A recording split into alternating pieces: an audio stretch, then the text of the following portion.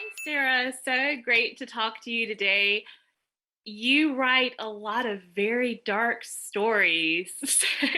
So I would love to know more about where that inspiration for those thrillers come from. That's a very good question. Yeah, I do. I guess I just have a very dark imagination. I read a lot across the board, news stories. I work on a cop procedural show, so I'm always scouring the news for like heinous stories.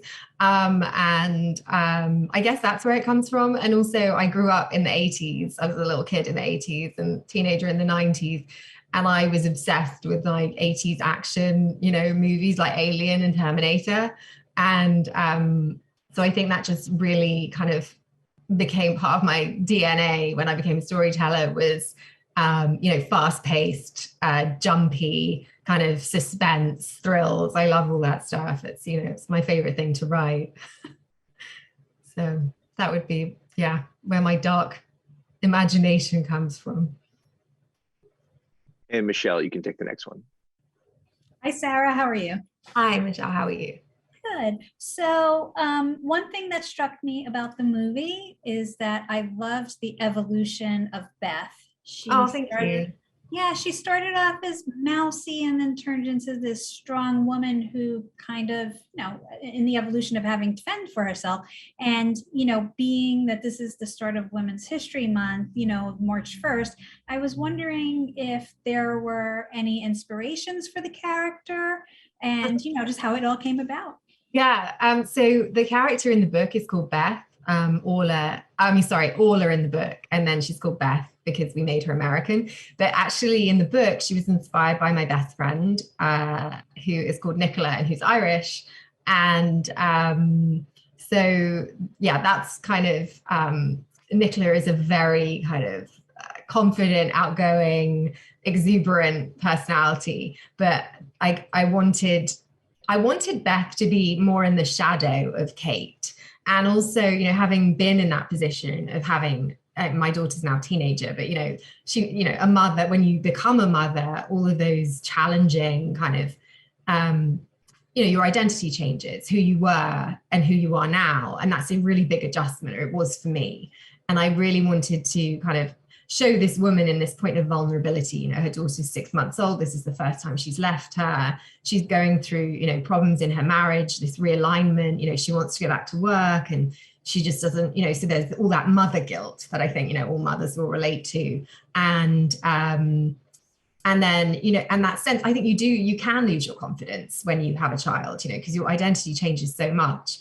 And so I wanted to show that confidence coming back and almost taking some of what Kate is this very strong, passionate, exuberant, outgoing woman. And I think Beth feels in her shadow, right, at the beginning. And then in some way she takes on some of Kate's personality. Like she takes on Kate's boldness. And that's where I wanted to take her at the end, as a much more confident woman who knows what she wants and knows what she's worth. And so at the end, when she's able to sort of challenge Rob and get those answers, that's because she's become braver and more confident in herself, and she knows what she deserves, and she knows what, she's strong enough to confront him. And I think that's what I wanted to get to with her. So I'm glad you saw that evolution.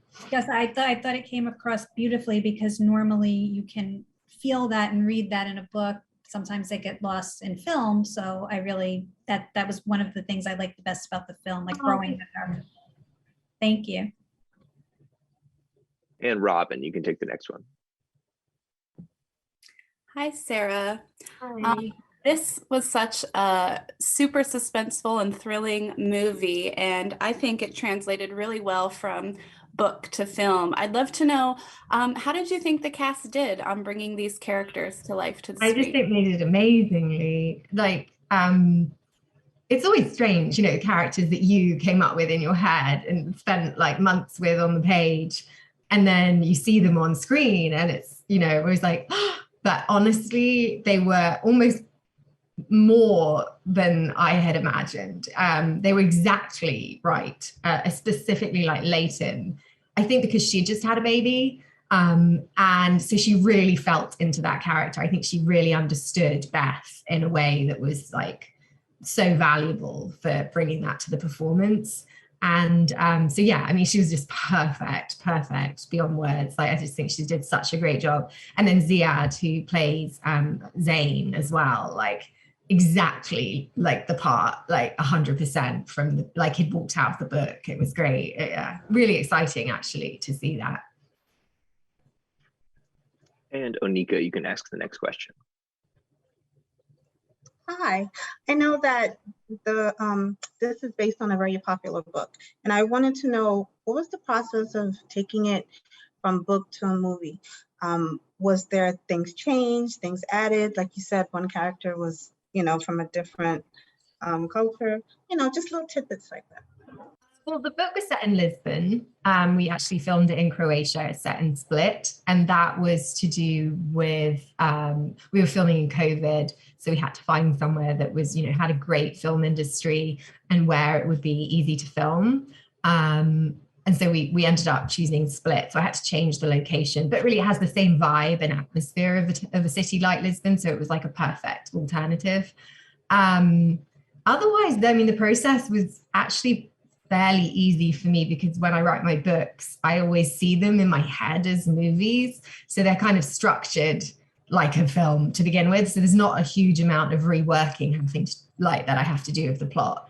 And this one, the only thing I changed was the ending. If you've read the book, you'll know it ends on more of a cliffhanger. And I felt for the movie, it was really important that I gave Beth more of a complete journey, that she got her resolution and the audience too. And back to the top with Amy.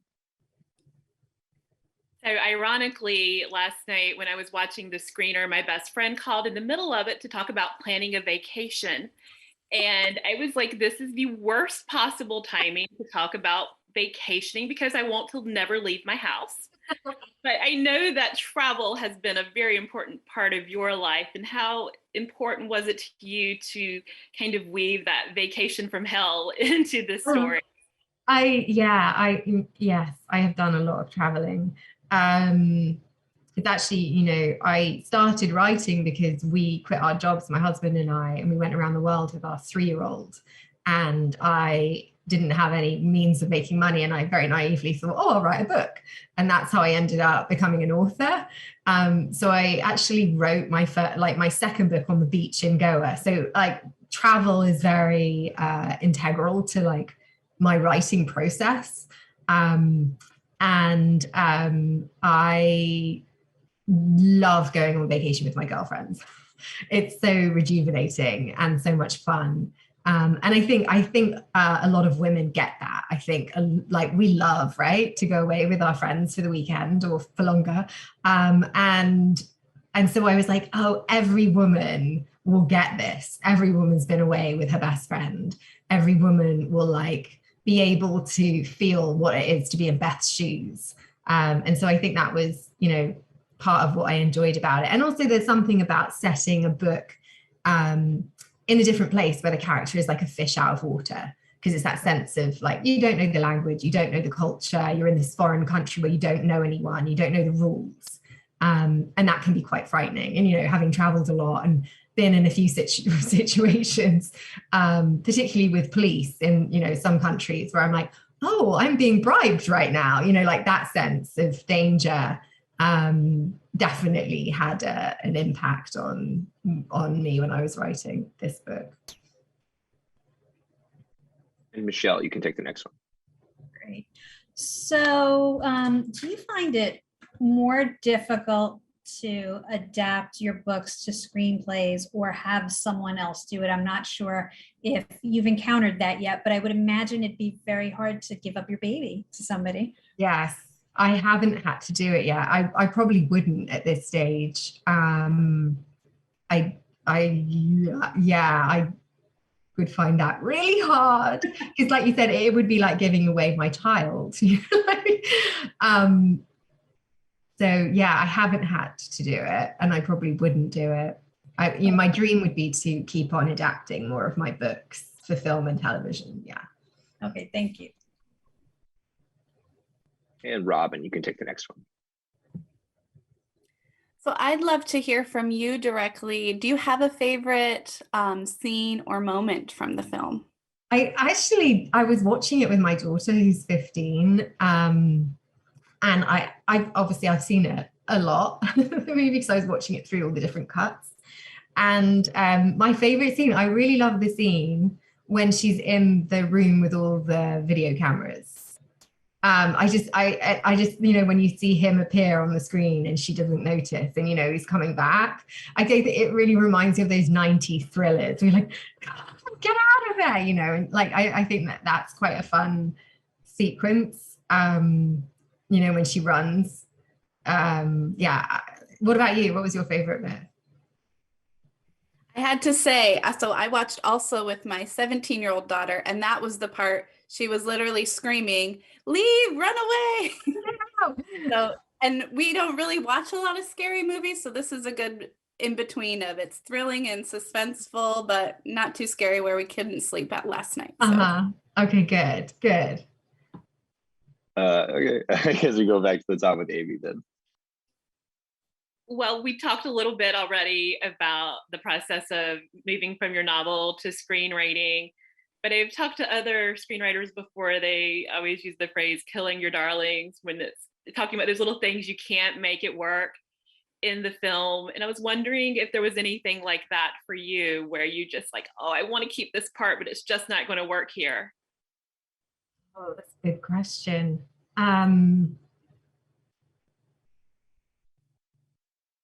I actually feel like I was really fortunate, and I didn't, in this instance, have to kill my darlings. I work in television, so I'm very used to having to do that because it's very collaborative.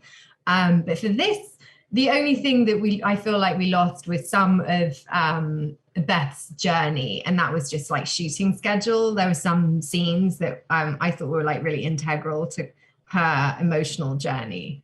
And we had to cut around it. We had to cut those out, and that was a shame because so in the terms of killing my darlings on the cutting in the edit, that happened. When you're like, that scene was so good on the page, and then it just either we didn't get it or it just didn't work in the cut. And so, that was like, I was like, oh, so the scene in the video room, that was actually a lot longer. Like he goes through the house and she's watching him on the screen trying to time her exit. But we couldn't capture it all. And so, there are things like that where you're like, oh, that would have been so great. I mean, it is good, but just little things like that. But you get used to that when you're working as a screenwriter because you don't control the movie. And Michelle, you can take the next one. So Kate, boy, is she a handful in the movie, and I'm sure in the book. Can you just give us a little more insight into the character? Maybe tell us something that we don't already know about her from the movie. Yeah, Kate's an interesting character because I didn't want people to hate her. It would be all too easy to slut shame her or whatever. And I was really, really concerned that didn't happen. And that even though she does a bad thing, she's not a bad person fully through and through. She's just Kate, Mm-hmm. And I wanted people to kind of still warm to her, even, and that's a hard thing to balance because she's so different from Beth. But I wanted to be able to see what Beth was drawn to in Kate. And I think in the book, there's a lot more of her backstory in terms of, she doesn't have a great relationship with her parents. She's sort of brought herself up and she's dragged herself to the top of her career and she's really successful. So there's a lot to kind of root for and like about her. And, the fact that her husband treated her really, really badly and she kind of got out and she's on this like rebound mission type thing. But I do think she's also trying to, in a sense, save Beth. Like this isn't really just about her. It's about trying to convince her friend that she's worth more as well. In a kind of messed up way, she's trying to do that. Okay, thank you. And Robin, you can take the next one. Okay, so we've talked a lot about a terrible weekend away. I'd love to know if you could go anywhere for the weekend, no worries, anywhere in the world, where would you take a weekend away? Well, I actually wouldn't mind going to Split. It looks so beautiful in the film. I went there when I was 7, so I would love to go back. And I'm also going to Mallorca in May with a couple of girlfriends, which I'm really looking forward to. And I think that that could end up becoming the basis of my next book, The Weekend Away too. Amy, you can take the next one. Well, you just touched on potentially a weekend away too. Do you have anything kind of baked in about what you would do if you got to explore these characters again? Oh, that's interesting. Yeah, I mean, I'd love to pick up with Beth and Zane and see what they're both up to. And yeah, I mean, I don't know if I'd like to imagine she gets her happy ending, and that I wouldn't want to put her through another hellish weekend away.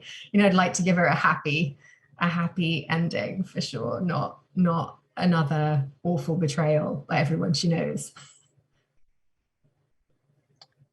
And Michelle, you can take the next one. Okay, speaking of Beth and Zane, I thought they had incredible chemistry. And, even from the beginning, I said, this guy's either the murderer or he's going to wind up with her, from the first scene in the cab. So that leads me to, how involved were you in the casting, and what is it that you really look for to see like that spark between your characters to bring them to life?